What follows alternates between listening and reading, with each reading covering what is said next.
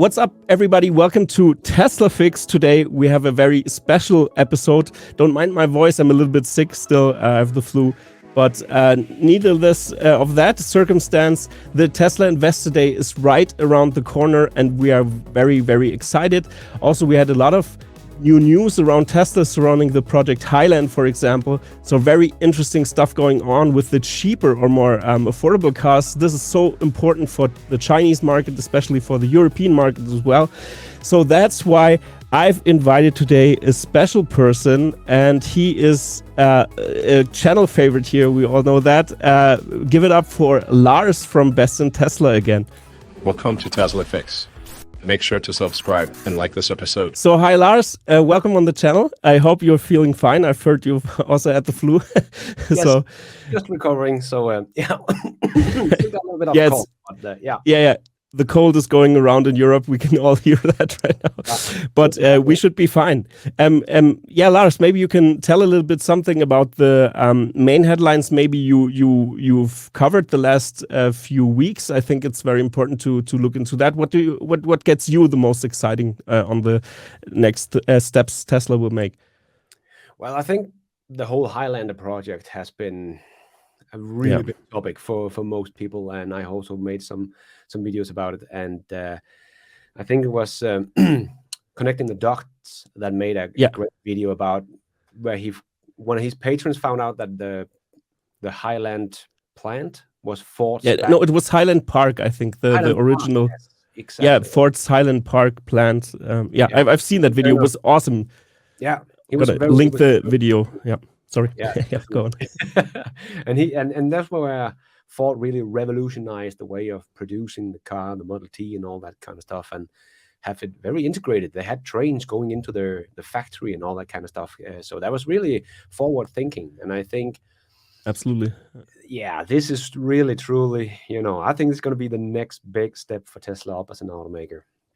Yeah, totally. Yeah. I also agree with that, especially. I mean, Tesla doesn't even need a $25,000 car right now if they crush the prices of the Model 3 more. Yeah. And I think, it's going to be very interesting. Project Highland will be also a game changer. And I think also the Model Y is very, like they sell still like hotcakes in Europe. But the Model 3 sales are a little bit slow in Europe. So also in Germany. And this would be really a game changer, I think. Even now I am considering buying a Model 3, but I'm still not really in the position. I'm still waiting on my Cybertruck. I won't give up hope on my journey for the Cybertruck, but we will see. Maybe I have to wait 4 years until it comes to the European market, but we don't know. But I do think that the Highland project is much more than just the affordable car. The next generation model. I think, it's a platform. I think it's a platform. I think it's a way of producing the car. It's much more about the factory and how they actually produce the car. So I think we're gonna see a lot of innovations. We also heard Elon talk about, when they came out with the Model Y, that the wiring should go down from 1.5 kilometers of wiring in the car to just 300 meters or something like that. Yeah, but that didn't happen with the Model Y. So I think this is some of the things that are actually going to come into the next generation platform. And I think they could easily make a much, much more affordable Tesla Model 3 on that platform. Yeah. So I think they're going to do that because the Model 3 and Y is so close on every specs, but if they can lower that one, it's going to be, it could grow in sales again. Yeah, for sure. Yeah.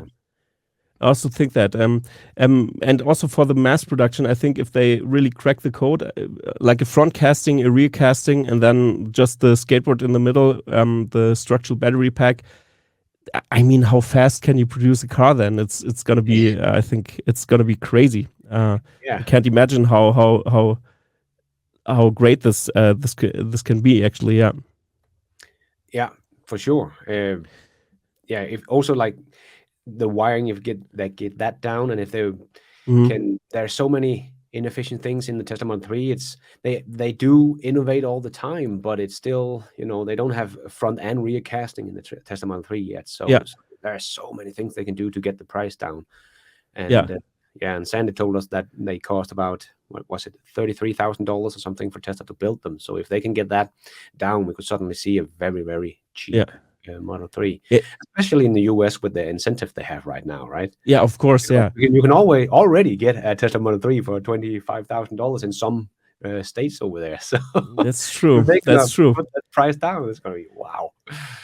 Yeah, and I also think, how do you see the robotaxi platform advancing? Do you think something like that will be announced, or do you think, like on Investor Day, maybe we can talk about the rumors or the rumored things going on? I mean, we have a lot going on there. People going crazy. Some say no, it's not a platform. It's not about cars. It's about the energy business. Some say it's about the $25,000 robotaxi platform or anything. I think it's going to be about manufacturing in the first place, and also on the platforms. Maybe they will announce that they will have a cheaper platform than the Model 3 the Highland platform.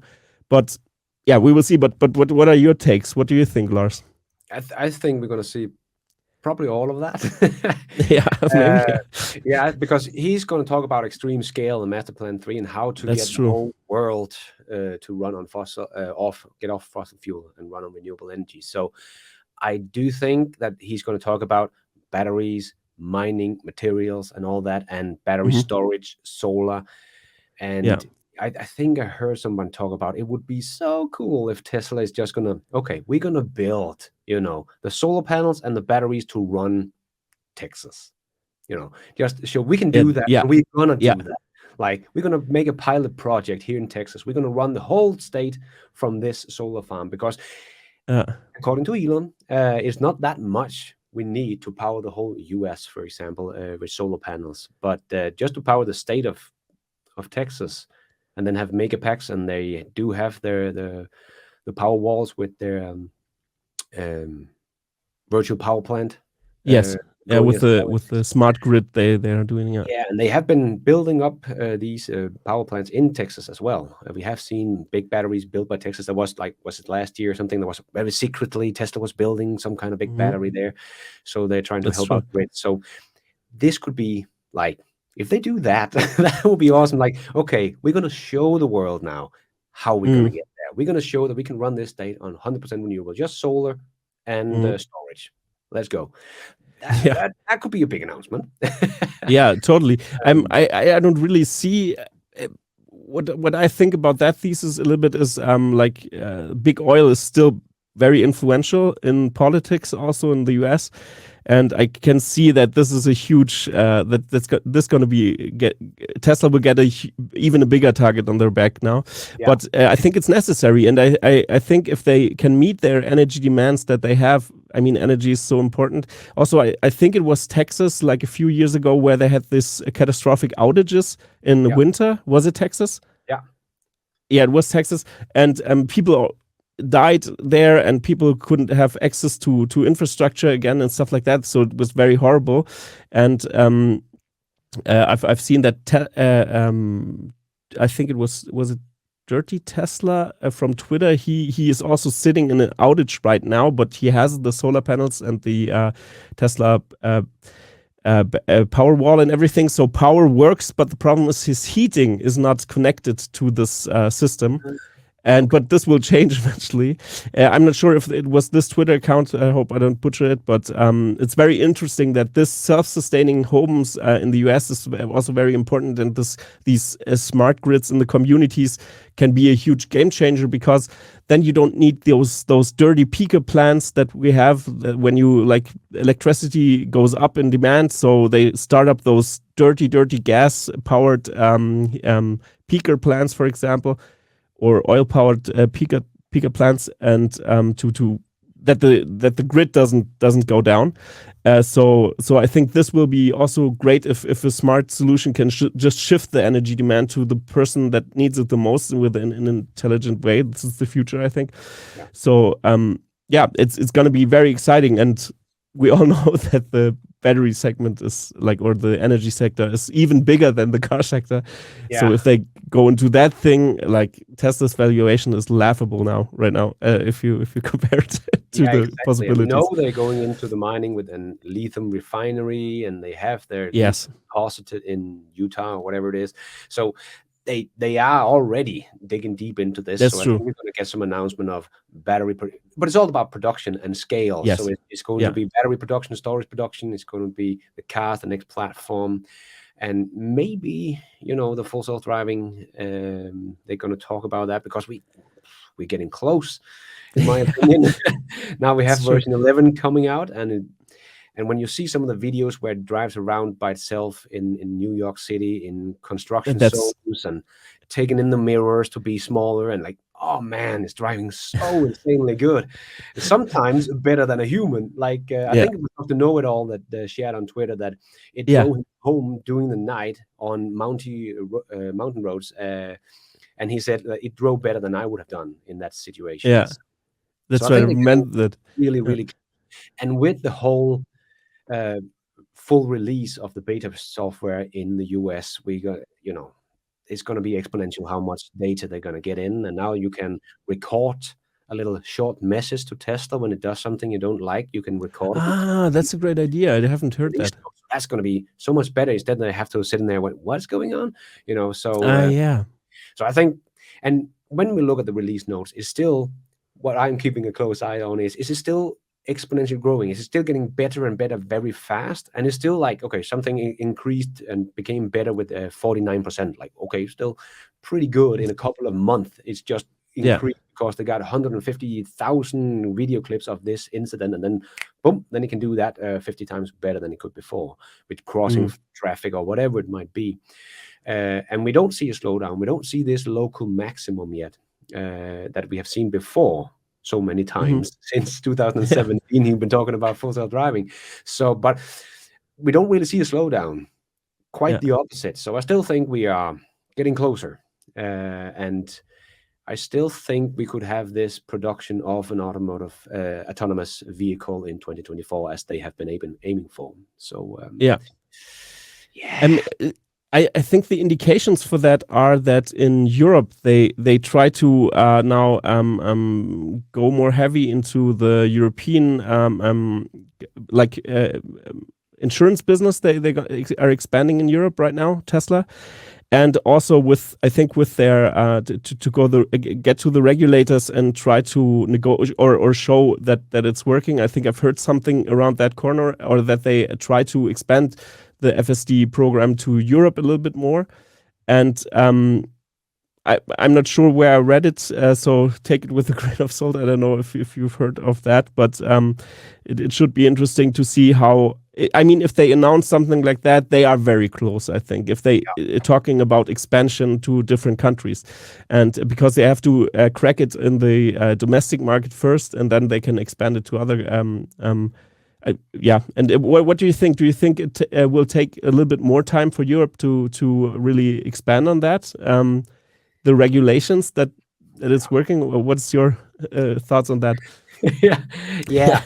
I think the full self-driving itself is going to be pretty easy to get that over to the European standard and road signs. Even though we have many countries and different regulations and stuff like that, Elon, he said on Twitter himself that it's like 90% of the full self-driving neural network would be the same in Europe. It's like 10% different. So that's not the exactly difficult part. The difficult part is to get through all that red tape we have here in Europe.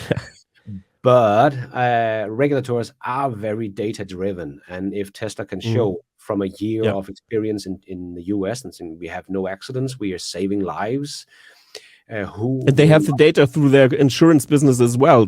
On top of that, that's also very important because insurance data is also a key metric, and they can just show them. And they also show their data voluntarily more than they need to. That's very important to build up trust, I think. But please go on. I didn't want to interrupt. Yeah, exactly. So I think it's all down to regulatory. How fast can we get that approved here? But they are data driven, and they can get all the data they want in the world. They can have it all from Tesla. So that's a good thing. And then there is the benefits of not having people getting killed in the streets, and it's going to be a lot safer car on the long term than anything else. And if some country, I know Germany likes to become one of the first countries to have full self-driving, but they have a lot of red tape there, so we'll see how that goes. But I think Mercedes will lobby, like Mercedes has influence here, and also VW and stuff like that. So I think they will move the needle. They can move the needle. I think it's a little an advantage of the German auto companies that they are closer to the German government. Yeah. And I also think they feel like Tesla is a little bit of an danger because it's culturally also a different company. Like we saw, they were building a carport at Giga Berlin, and they didn't have a permit for that.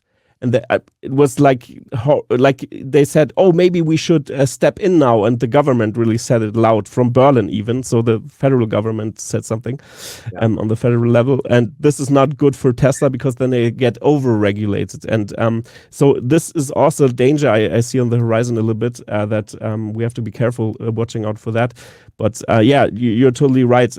They really try to become the first. They already have the level 3, but will they come to level 5 is the big question. That's the big question. But I do think maybe some of the countries here in Scandinavia could start, because we also have very small countries. And when people are going to see this play out, the other countries is going to want it. They're not going to say, oh, no, we don't want that. I don't think the German automakers have that kind of power, because I don't think so. If let's say Denmark, we adopted, and we suddenly can have transport as a service, as Tony Seba has talked about so many times, the amount of boost that is going to give to the local economy is insane, because suddenly you don't spend this amount of money on your car every year. You just summon it when you need a car. So you're probably going to save somewhere between 5 to 10 times the amount of money. So suddenly you're going to have, I don't know, $5,000-$6,000 between your hands that you didn't have before, because of this transport as a service. And that's going to boost, let's say it's Denmark, that's going to boost the Danish economy. The people have more money to spend on stuff. Then Norway and Sweden is going to look at us and say, whoa, we want that. So they say, let's get that thing going. So I think if Germany or the German automakers are trying to stop this, it's going to be like trying to stop a bulldozer. They can't do it. The government is going to want this, because you are 80 million people in Germany. That's going to be a big boost to the economy when you get a full self-driving transport as a service. So I think the whole economy side of things is going to be pushing this along quite nicely, together with all the data-driven stuff that Tesla can give them. So it's going to take time, but a year, maybe 2 later, I think it's going to be quicker than people think. Yeah, it's actually very interesting what you said, because Denmark also implemented these self-driving buses very fast. Also, they take up, even they were on the forefront of renewable energy very fast. They are on the game. All the Nordic countries are really, and they also invest heavily in education and stuff like that. So they have a great model with energy production and education and stuff like that. They're like a North Star for Europe in that regard. But I also think that Germany has a track record of pushing technology out a little bit or delaying stuff because they couldn't catch up. For example, with the copper cables, I mean, they could have invested in fiber, but it was a little bit corruption, I would say. Germany officially doesn't have corruption, but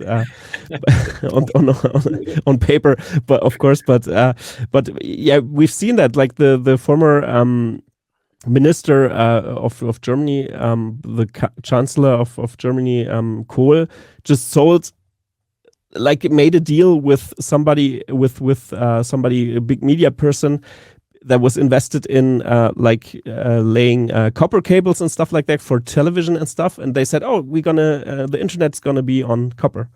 And then they invested in copper.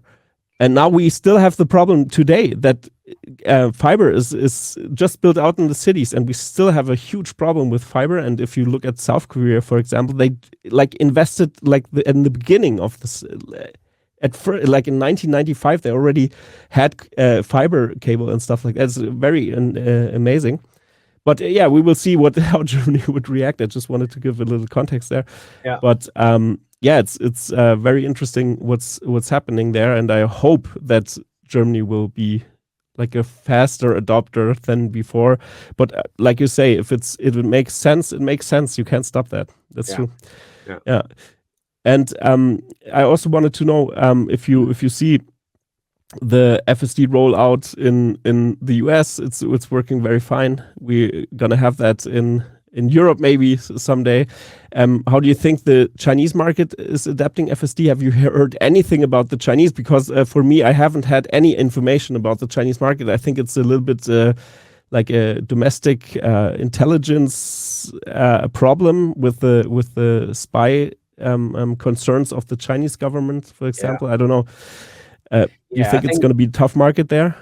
Yeah, I think the government is going to try to control it. They want to kind of own the autonomous driving in China, and they are very, very afraid of data leaving the country. So Tesla has to trade very carefully and make sure all the data collect in China is only for China. So they kind of have to build the whole thing in China as well, and then build it for the rest of the world. But of course, they can use some of all the learnings and the data sets. Yeah, of course, They can get that into China, but they can't collect data in China and take it outside. So So I think, but again, like the other guys, they're not. They do have some very good, capable robo taxis over there as well, and also self-driving buses and stuff. So. But it is geofence still, and they are still using LiDAR and all this stuff. And even Xpeng has just announced that they will stop putting in LiDAR in the cars because it's too expensive. Interesting. So because they're not competitive and they're not really using the LiDAR yet because they don't have full self-driving. So it's just a very expensive thing to put in your car. So they're going to take it out now because, as Elon said, it's too expensive and it's not needed. So I think the problem in China is the same as most other places. The other guys are kind of walking down the wrong path, misguided by LiDAR and the false security of that. We've been talking about before with the training wheels. LiDAR and radar as kind of training wheels for the software. When Tesla took those off, LiDAR and definitely radar, they found out that their software was not that good actually, because they were relying so much on the radar's sensors.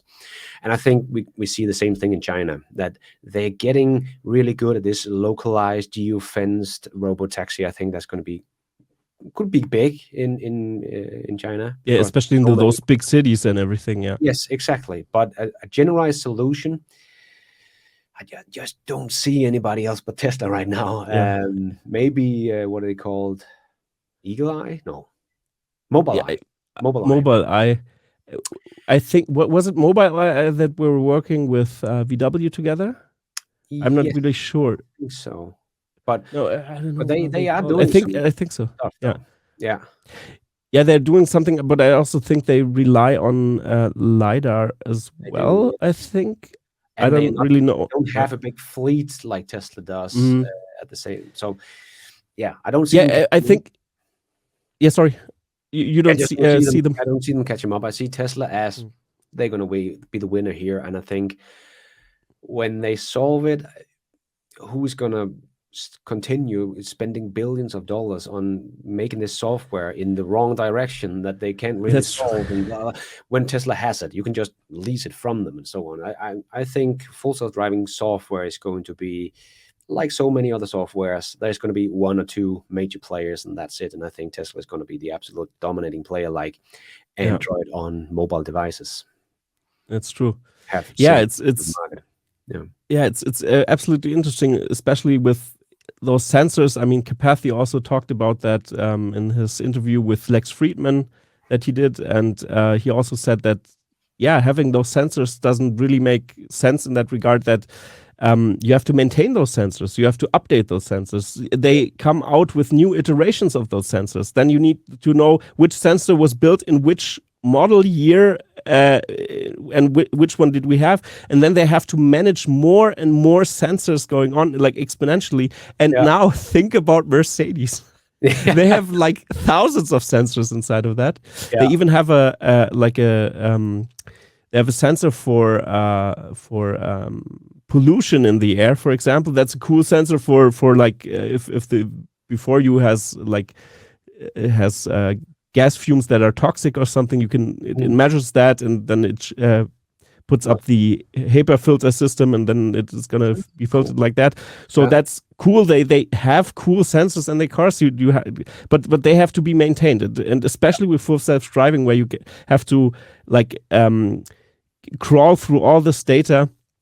I think it's the same thing with Boston Dynamics. The robots seem very advanced, yes, but they are building the paths, they are planning the paths, they are programming the robot to do that he does. Of course, he has to do some automation to adjust the real time curves, and has to adjust a little bit, but he doesn't think of its own like, oh, I'm going to walk here and do this, and then I'm going to make a backflip and stuff like that. And I think and I still think that even a 5 kilometer or walking, like a very slow walking robot that can't chase you, like Elon said, I think they can also crack this, because their approach is a little bit more interesting, and they're going to solve the brain of the robot. So and it's so much so to great centers. I mean, they also have LiDAR, and the robots are also, they don't rely only on vision, but they are programmed. They are like, and I see Mercedes the same thing. They have a very tight core set to do what they do. If like low standing sun will disengage this thing. I mean, and I actually think it was Brian Wong that is also have been writing some of this book. Ryan, yes, I know who you mean. Exactly. Next Big Future. Exactly. But he dived into the whole LiDAR thing actually, and said, they're not going to be able to scale that up because there's not LiDAR enough. I can't remember the numbers anymore, but it's not a lot of LiDARs that are created every year. So even though if they solve it tomorrow, it would take them years just to get to implement. They have to ramp that up, just like batteries they have to ramp up, and semiconductors and all this stuff. So there is no LiDAR enough right now to make a robotaxi system. So even if somebody said, okay, we have full self-driving now with LiDAR, all's good, and Tesla has the vision only. Tesla can just flip a switch, and they have 3 million cars that can drive themselves, and they can produce in volumes, millions a year now already, if they want to build robotaxis, because they don't need LiDAR. The other guy with the LiDAR, they can't, because they don't have the LiDAR sensors right now in production. They have not planned for having, we're going to build. Oh, that's so stupid. Yeah. Then they can't produce, even if they want to ramp up their cars, they can't. So they're going to do the, that's even, do it. It's like, that's why Audi also scrapped their plans. Sorry that I interrupt, but Audi also scrapped their plans for full self-driving for another 10 years or something. VW is the same thing, and everybody pushes this technology away because they're having trouble even producing. Like you said in one of your last videos with that's just the ID.5 or platform, and they just put, or was it ID.3? I'm not sure, but they just put like ID.4. They just put an Audi e-tron on top of that, and but people realize this is not how it works. And if they don't have the LiDAR sensors, then good night. They can't use this technology, of course. But please go on. Nobody really has a robotaxi build yet. They're trying to get it, and some have cruise Waymo, they have a few hundred stuff, but when they solve it, if they solve it, they still have to scale that up. They still have to create that robotaxis. They don't really have a robotaxi production going on, but Tesla cars are robotaxis as soon as they make the software. This is so misunderstood or not understood by mainstream media and analysts and so on, that if they solve it at the same time, Tesla will still win, because they can make millions of robotaxis straight away. That's true. And the others have to say, okay, we want to have, okay, now we solved it. So what, we like 1 million in, 5 years. Okay, then we have to contact all these LiDARs producers and say, okay, in 5 years we're going to have 1 million cars. They all need 8 LiDAR sensors. So we're going to have now 8 billion. Yeah, we want 8 million LiDAR systems. And I think, I can't remember his numbers, but it's like, there is like 80,000 LiDAR systems being built right now. So it's like, it's not even scalable. So LiDAR is a fool's errand, as Elon has said so many times, but also just on the scaling the whole thing up. You can't. There is not LiDAR enough to do it. And they have to invest in that now if they should be ready in 5 years' time. And nobody's doing it because nobody believes that we're going to have full self-driving cars in 5 years' time. Other than Tesla, and they're not using LiDAR, they can just scale the whole thing up. Yeah, that's true. I think, yeah, that's crazy. I think in regards of sensors, in Germany we have a huge. I think the demand could be a little bit bumped because of this, because they took out the parking sensors. They also did that, and that's a huge deal for Germans because they say, yeah, where is the vision only version of that we haven't received an update yet? And that's a huge problem. That's why many people are hesitant. I've talked to a lot of people who wanted to also buy a Model 3 or Model Y, and they are a little bit hesitant to buy one because they say, why do they, I mean, it's so standard, these sensors, why do they take them out? But yeah, that's stupid because they have this delay there, and that's why they lose some business. I think this could be avoided but they have to make decisions. I get it, and I also like we've seen tests, or I don't know if you've seen also tests that the parking sensor works just fine without the parking sensors. I mean, with vision only. So this technology works. There is proof that it works, and also it measures like fine details, like in the micro millimeters or something. So it will be fine. Yeah. But still, that's a huge bummer for Germany right now. But Germans really see that because this is so standard in all of the cars. And I don't know in Denmark how it is. Have you heard something about this, that people are a little bit...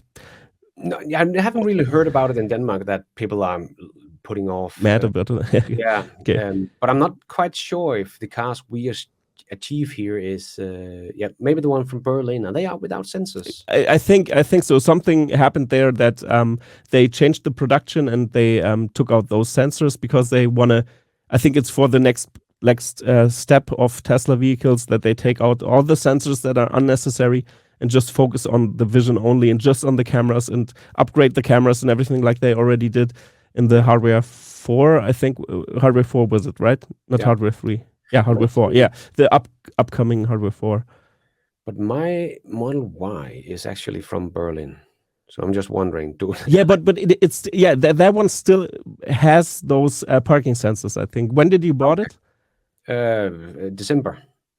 And this, I think it's ongoing now, since now or something. They changed production to get rid of those parking sensors, and this went through German news like fire. Like people, I don't know why. And what is so funny is that people don't realize. Okay, I know the update isn't here. That's stupid. You shouldn't do that before. You need parking sensors. It's the most basic thing in the car, but. They also criticize why get rid of parking sensors. How does the car know how the distance is? And I say, this will be working. I think this will be working.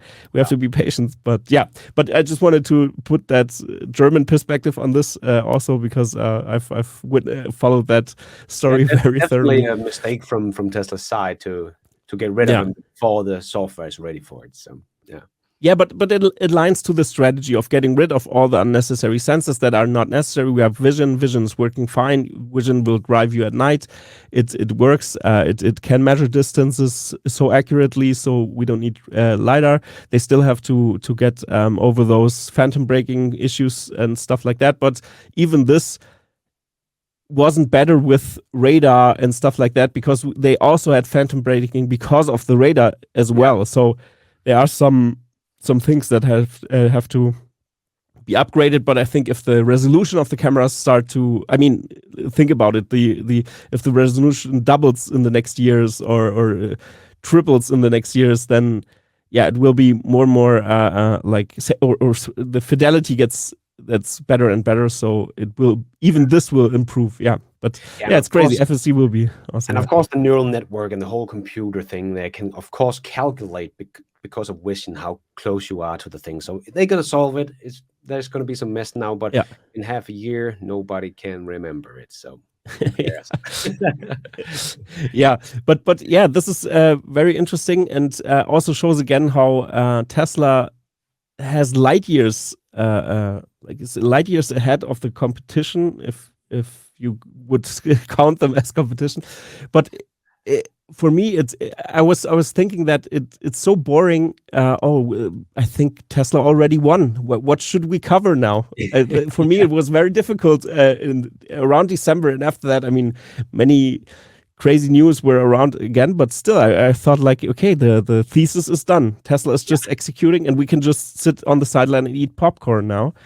But of course, technologically, things will change, and it's going to be interesting. But it's so hard for me I really think that the competition might already have lost everything, and they won't catch up. Maybe they can raise their sales to some degree, but they will get stuck at some point because the Chinese competition and Tesla is so strong, and I don't see it.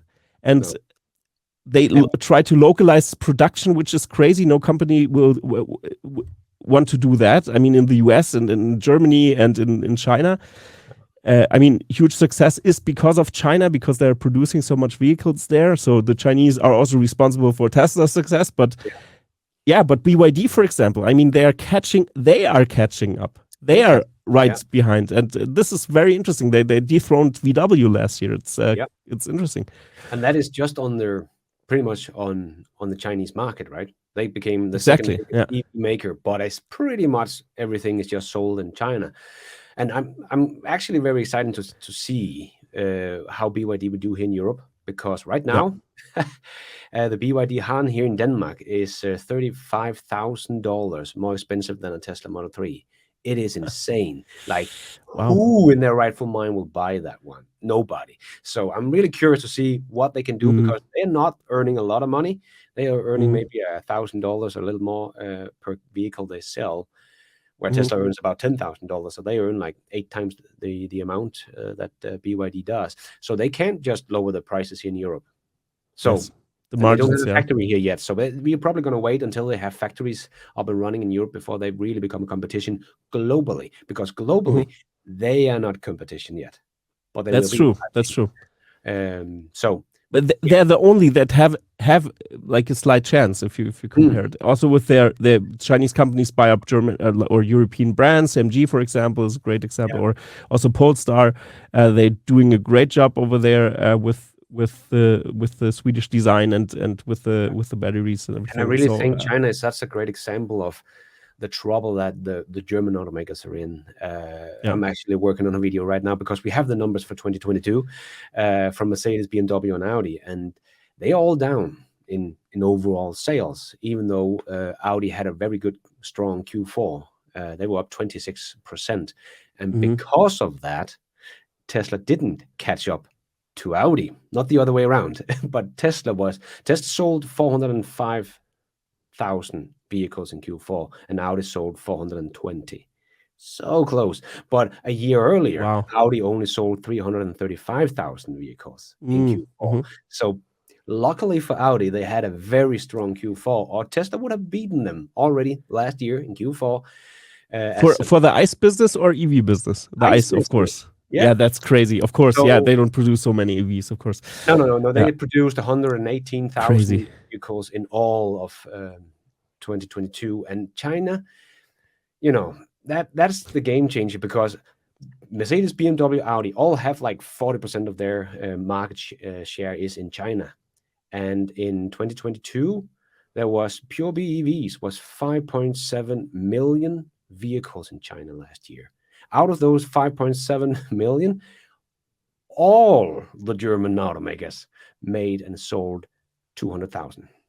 Wow. Tesla sold more electric vehicles in China than all the German automakers combined in their biggest markets. So it's not Tesla that has problems in China. It's definitely the German automakers, because I think, Volkswagen, the brand, had 2.4% EV market share, and Mercedes, or was it BMW? I think it was BMW that had 0.8% market share. Mercedes had 0.3, and Audi had 0.1 market share. They are nowhere to be seen in China. Volkswagen is a little bit, but not much. They are really struggling. And Tesla had like 7.8% market share in China, and BYD 16.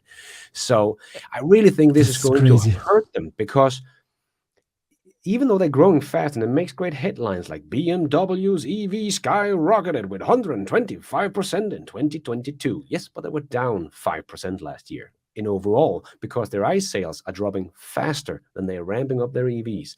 And now we have the bell curve, Europe, now we have Europe and China that are their two biggest markets for these German automakers. And my guess would be Europe is probably going to hit 25% BEVs this year, as December showed it was 25% BEVs last year. So I think Europe is going to be that around 25%.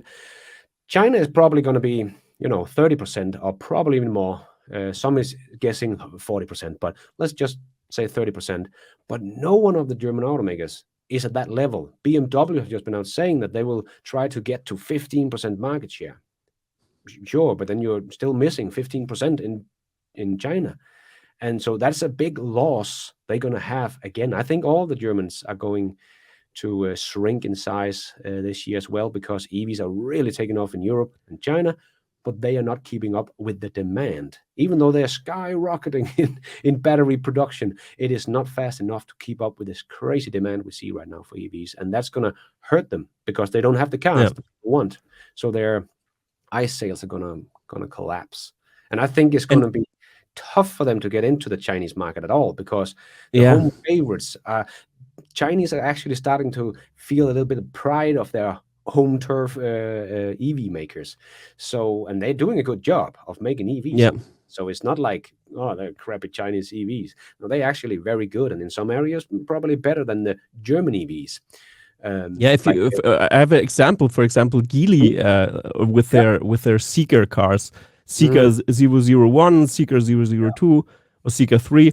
And they have like also a huge van for the Chinese market, which is like it looks a little bit strange. You have to the design is very strange, but still, it's very luxurious in the inside. And the Chinese market loves their luxury. They also are often like the high influential people, or even slightly above the middle ground in income. They many people have a driver. It's common to have a driver, for example. So that's why luxury is important for them, especially in the back seat.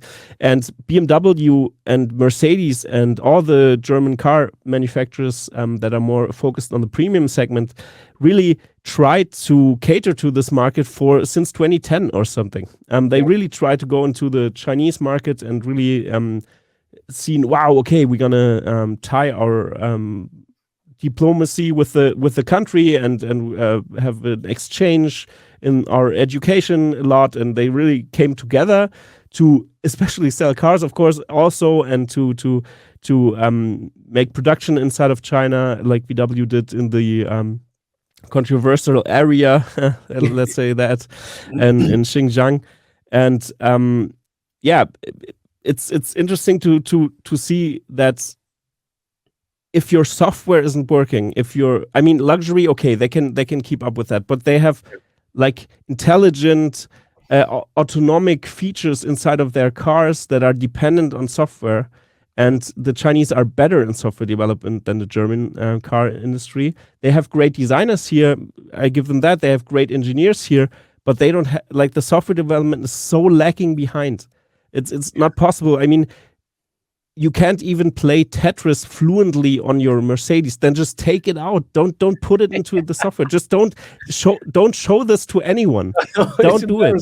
It's so embarrassing. And this in a premium car. And I get it. Okay, yeah. the demographic who buys a Mercedes doesn't really play Tetris on their device, so don't do it. I don't know. And it's crazy.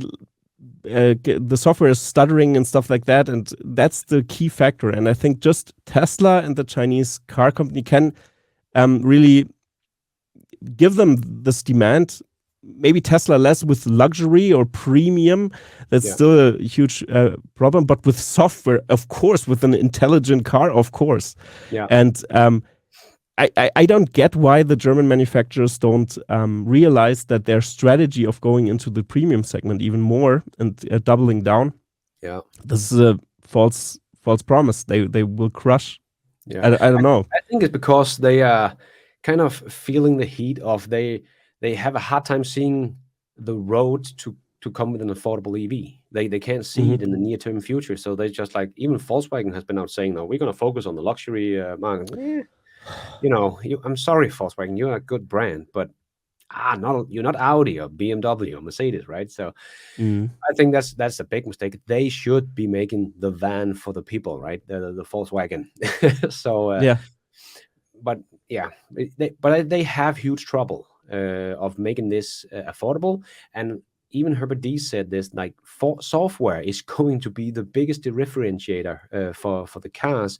And right now, Volkswagen have like 120 different software systems in their car, because they are controlling one little piece of the car, and this is controlling another little piece of the car. And that is why they can't make an over-the-air update, because they have to collaborate with 120 different software, probably from 50 different software companies.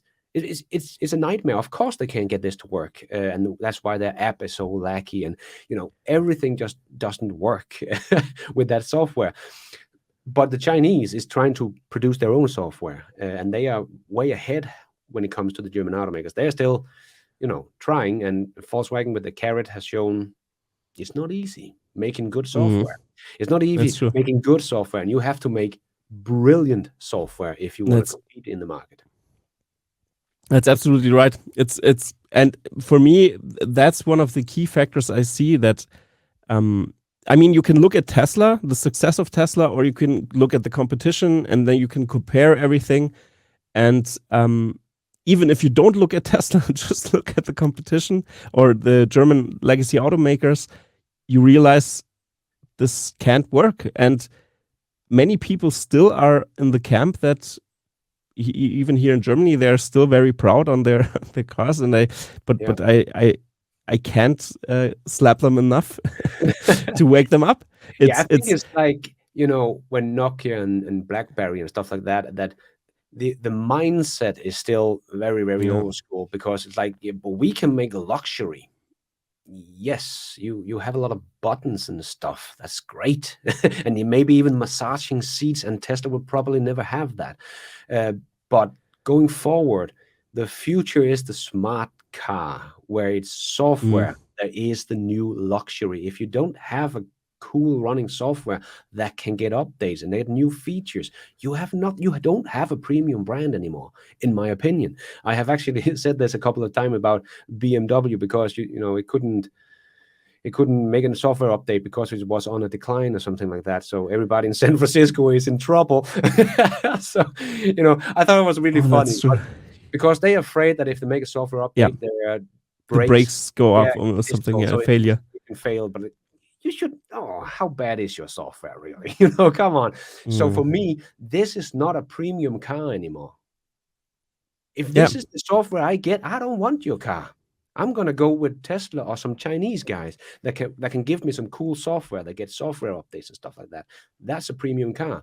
I do understand why people are not calling Tesla not a premium car brand, because it is very sleek looking, but you don't get massaging seats, and there's a different feel in a Tesla than there is in a Mercedes, for sure, hands down. But that is the old way of thinking of luxury, in my opinion. That's the BlackBerry where you sit there with your buttons, and it's not going to be a very good email machine if you don't have buttons.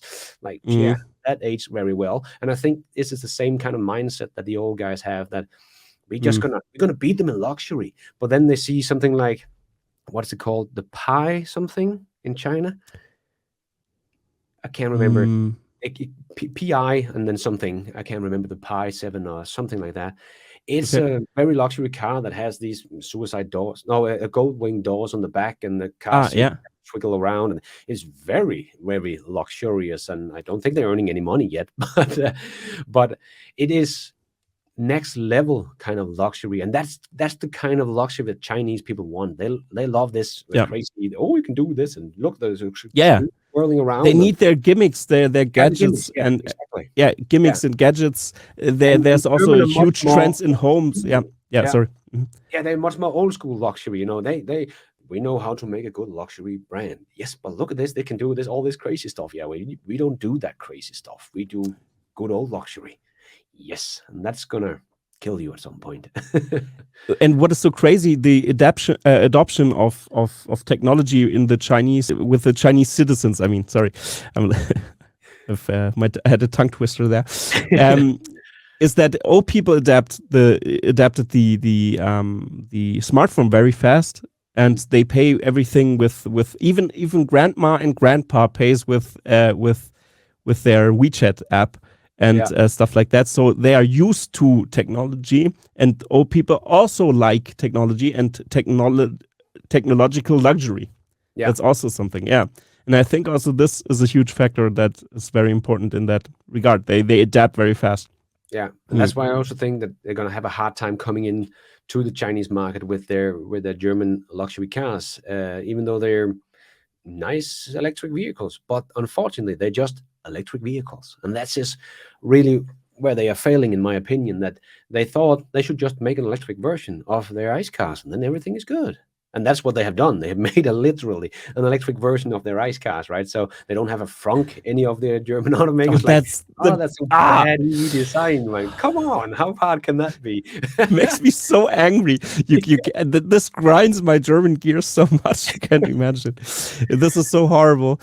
And they opened up. I've seen the EQS open it, the frunk, the non-existing frunk opening up, and you really see it's just like a safe bet. They just want to have space to put a diesel engine inside of that, or in hydrogen or hybrid, exactly, to switch technology.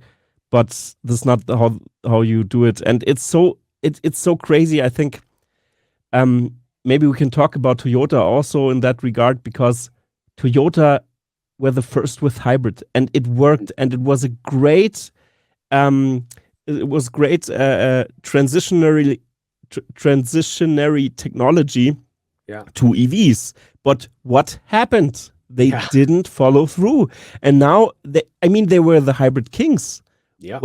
And they were very great in that. And the Prius was great, a great car. It really worked. It was a great car. It drove electric in the city streets most of the time. So, yeah, but this startles me very much. It's absolutely atrocity that they didn't have the balls to just get into that. Yeah, I just made a video also about it. So yes, the whole thing about, I think the government is really partly a fault here. It's not just Toyota, but I think the government is pushing them really, really hard to come up with this hydrogen car.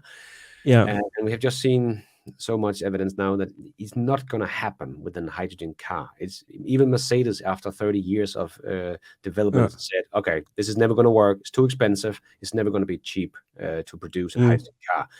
And if we're talking about green hydrogen, I made a whole video about it, but it is never going to work, because you still have to pay for that 100% renewable energy you have to make. And then you make hydrogen and blah, blah, blah, blah, and then you have this left when the car is driving, and you still have to pay for all of this. Just charge a battery. Just charge the battery, and you have 90% left. It's like, God damn it. But I think the Japanese government is pushing hard also because they are not that big of a country, but have a huge population. Yep.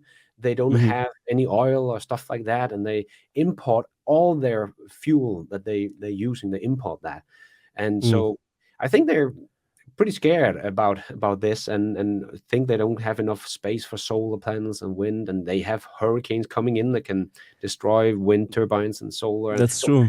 They do have a bit of a trouble here to getting over to sustainable energy, in my opinion. And I think that's why the government is pushing so hard to make hydrogen work. We can just produce that out of water, and then everything will run on hydrogen, and it's all Yeah. good. But it just won't work. And they have been pushing Toyota and everybody else to make these hydrogen, and they have subsidies, get a lot of subsidies for making hydrogen cars. So that's why they're doing it.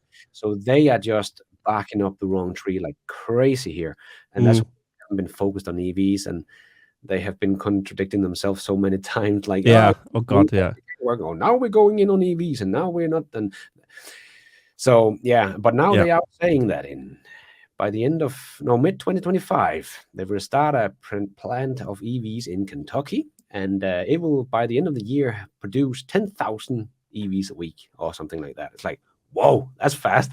That's the biggest ramp of EVs I have ever seen. And they said there will be around 1 million in 2026. So that's gonna, call me a skeptic, but I don't think that's going to happen. That is faster than even Tesla is able to ramp up stuff today with all the technology and knowledge they have. We have seen Volkswagen, we have seen Ford, we have seen GM. Everybody else is struggling to just get to a meaningful amount of EVs, and Toyota say, we can do that in a couple of months. And we have already seen the big disaster of their first launch with the BZ4X. That is just terrible. And they had to admit they're too expensive to build. We have to start all over. But the crazy thing is, the Toyota's manufacturing processes like influenced Scrum, or Scrum is built out of that, and all these efficiencies that they did, and in manufacturing, the whole market adopted that, and they are still behind Tesla, the fastest manufacturers. But it's crazy for me. It's so horrible to see that they've missed so much. It's like they missed the target. They could have invested in battery electric vehicles way earlier.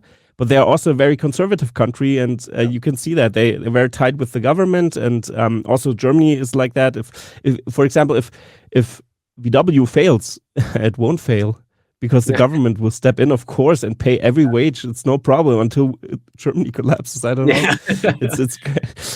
It's crazy to see that, and and I think we have to see. We have to see.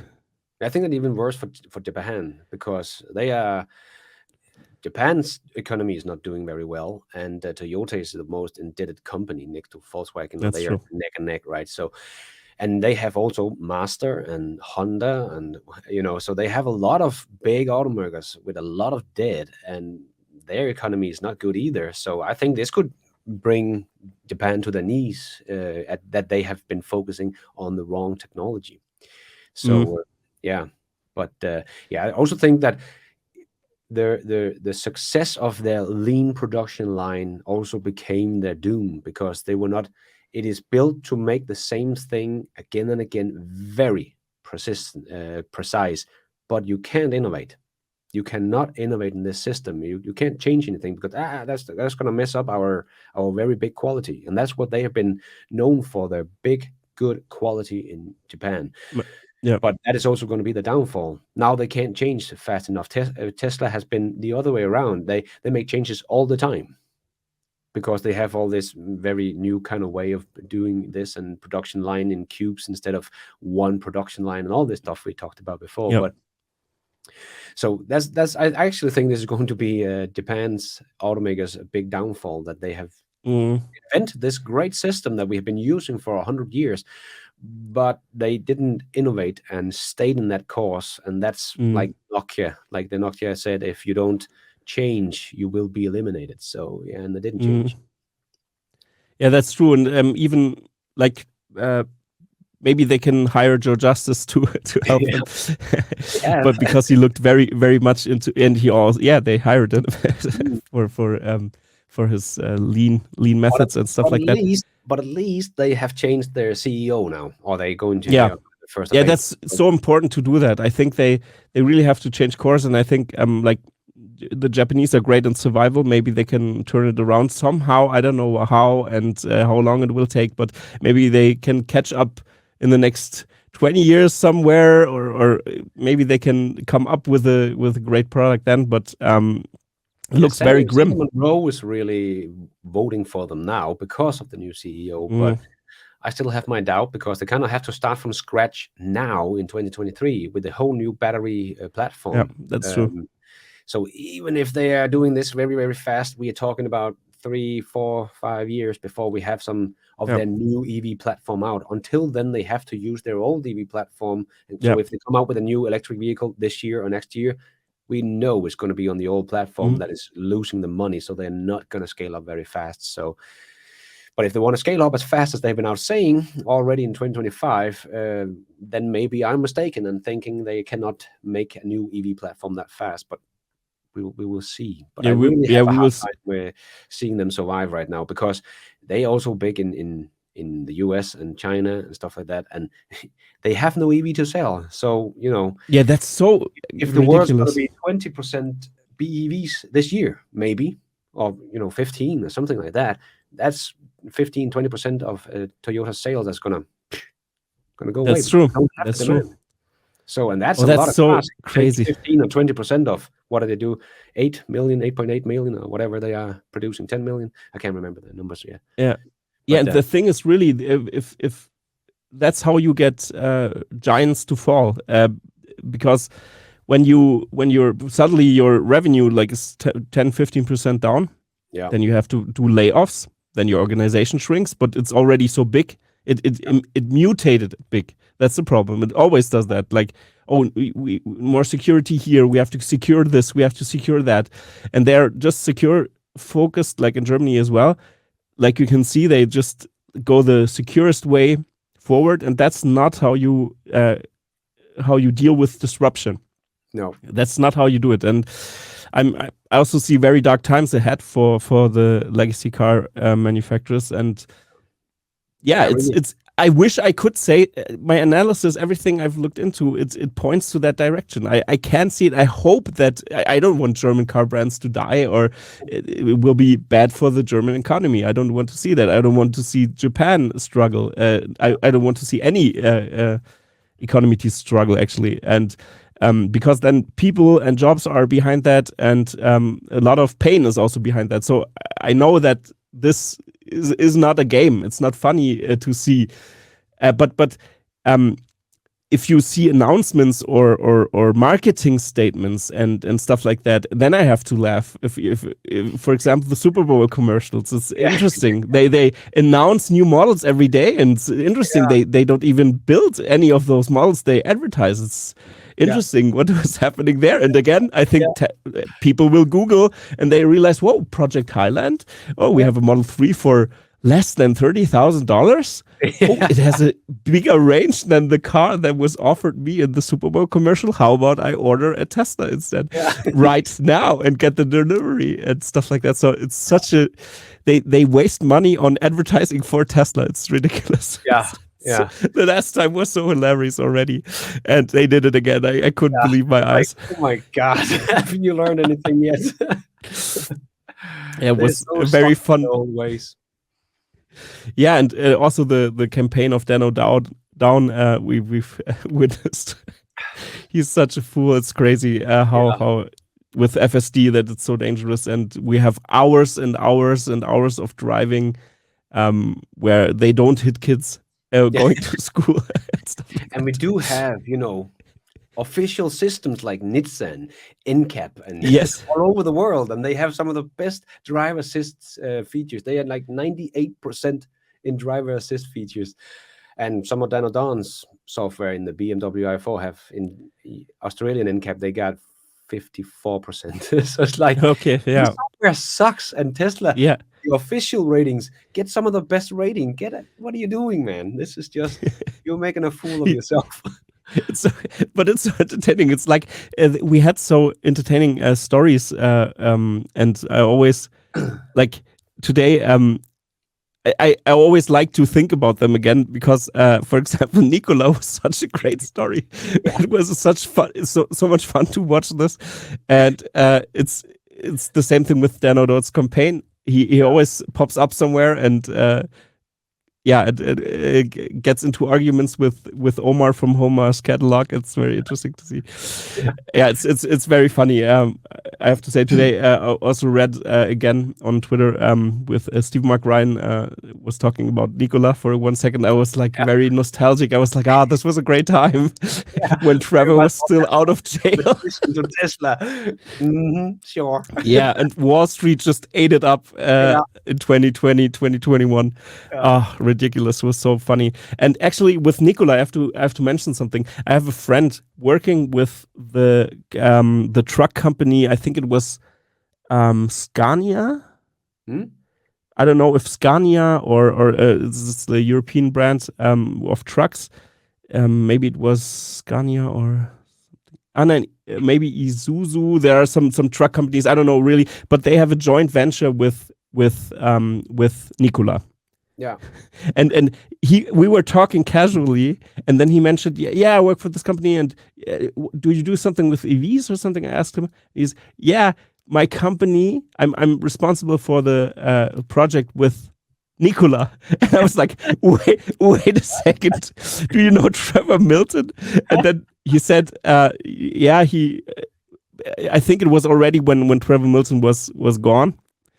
From the board, at least, not in jail. But I was laughing so hard. I was like, oh my God, you have to scrap this project immediately. Just jump ship. And now they have produced I think they produced 10 of those trucks or something, hydrogen trucks or something I've read. It's ridiculous. It's still not on the level they wanted, but I wouldn't trust this company anymore. It's game over. Yeah, like Lordstown also just had they produced 31 of their pickup trucks and had to recall 19 of them and stop production. Oh my God. Yeah, you have a long way to go, my friends. Yeah, really, it's so ridiculous. And now Investor Day is around the corner, and we spoke about that, about the master plan, the new one, also the vision that it's about scaling up production in every category, I think. Yeah. And what else is to say? I think we have covered very much right now. We've made 360 around the whole topic, and I think it will be great, the Investor Day. I'm looking forward to it, and especially looking forward for your videos on the Investor Day as well. And is your episode about your next episode about the sales numbers of the German auto brands, is it released on Sunday? No, that's going to be the new show. Maybe I can have it out this week, maybe tomorrow or something. I don't know. But okay, after the new show, definitely we're going to have the German. Okay. One. Yeah, but if it's online, I'm going to link it in this video as well, especially when we talked about it before that. And right now, maybe you click on, where is it? I think this side, on Lars's side. You can click on over there. Thank you, Lars. And watch this video as well. I think it was already, again, a great episode right now. And I really enjoy talking to you. And do we have some words for the end for our audience, maybe, or what do you see Tesla doing, and or maybe some words what's going through your head? Maybe you have something to share with us. Well, I think people are going to be surprised of 2023, and I think they're going to be surprised already of Q1 numbers. Wall Street are estimating they're going straight down because of these price cuts, but I don't think they really understand what's going on with their megapack business, and they reducing the price of producing, and they get this economy of scale. And exactly. So I think they're going to surprise very positive already in Q1 with their earnings, and that's going to hopefully put some upwards pressure on the stock. And then we're going to have Investor Day, where I think, we never know if the mainstream media are going to get it. I was saying it can be done. But I think we're going to see some amazing stuff. And then we're going to have the Cybertruck out this year as well. So I really think 2023 is going to be that year we saw in 2020, where by the end of the year, that's true. So much good news and stuff about Tesla. Yeah. Nobody can hold down that stock price, and I think we're going to have a nice rally this year, like we had a very bad rally last year. So And what I found, you've mentioned the price cuts, and I think it's very important to mention this as well, because the head of Renault in the French brand said that these price cuts are ruining the industry and sheds a bad light on EVs in general and stuff like that, because they can't compete. Exactly. And that's why they're pissed. And Renault really had many EVs, also very hot sellers. The Renault Zoe, for example, was very popular in Europe, as you know, and also the smaller ones they have. And they are the mass market producer. They had Renault was one of the few brands in Europe that really took advantage of the EV revolution and really sold more cars. They are smaller, that's why it's easier for them to they're in a better position to switch, I think, but than these huge ships that are very slow. But still, it's so interesting. They were complaining, this price consistency is so important for the customer. People are getting mad, and I get it, but I think it was the strategy of Tesla, raise prices in the recession while building out the economies of scale all the time. They always do that. So, but they're going to, with Project Highland, to a breaking point now, and they lower prices, and now it's like a double whammy, or I don't know if that's the word the Americans use, but they were hit 2 times now, and they're like, our margins, we can't compete, we lose money now lowering prices. Ford loses money on its Mach-E, for example. So, it's horrible, but that's where we stand, and Tesla will just keep on producing cheaper and better cars going forward. Now it's the mass production phase, and the competition has to.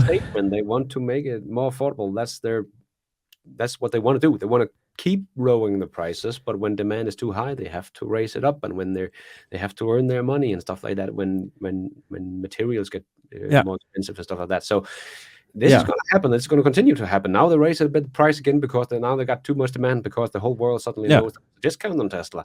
And the funny thing is, lowering and raising prices, Tesla's the only one who can do this because they have an online shop where you can buy your car.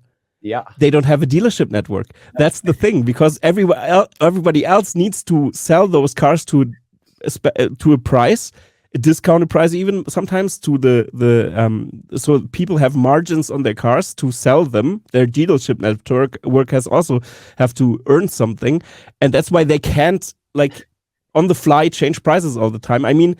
It is sometimes bad for a customer, because then price fluctuations are not great for stability of the car. If it's cheaper, then the secondary market will go down and stuff like that. But still, that's how they regulate their demand, and I think it's a good strategy still to do that. You can wait maybe to get a car to the next phase where the prices are lower again and stuff like that. So I think it's a good strategy of Tesla doing that now. Yeah. They want to get as many cars out as possible. That is their mission. So whatever it takes to do that, that's what they're going to do. And yes, the others can't keep up. So that's why they're crying in the corner. Yeah, of course. So Lars, thank you very much for being on this show. And I really appreciate always talking to you. It's always very insightful and funny to talk to you. Maybe next time we're both a little bit not as sick as right now. Let's do without coughing all the time.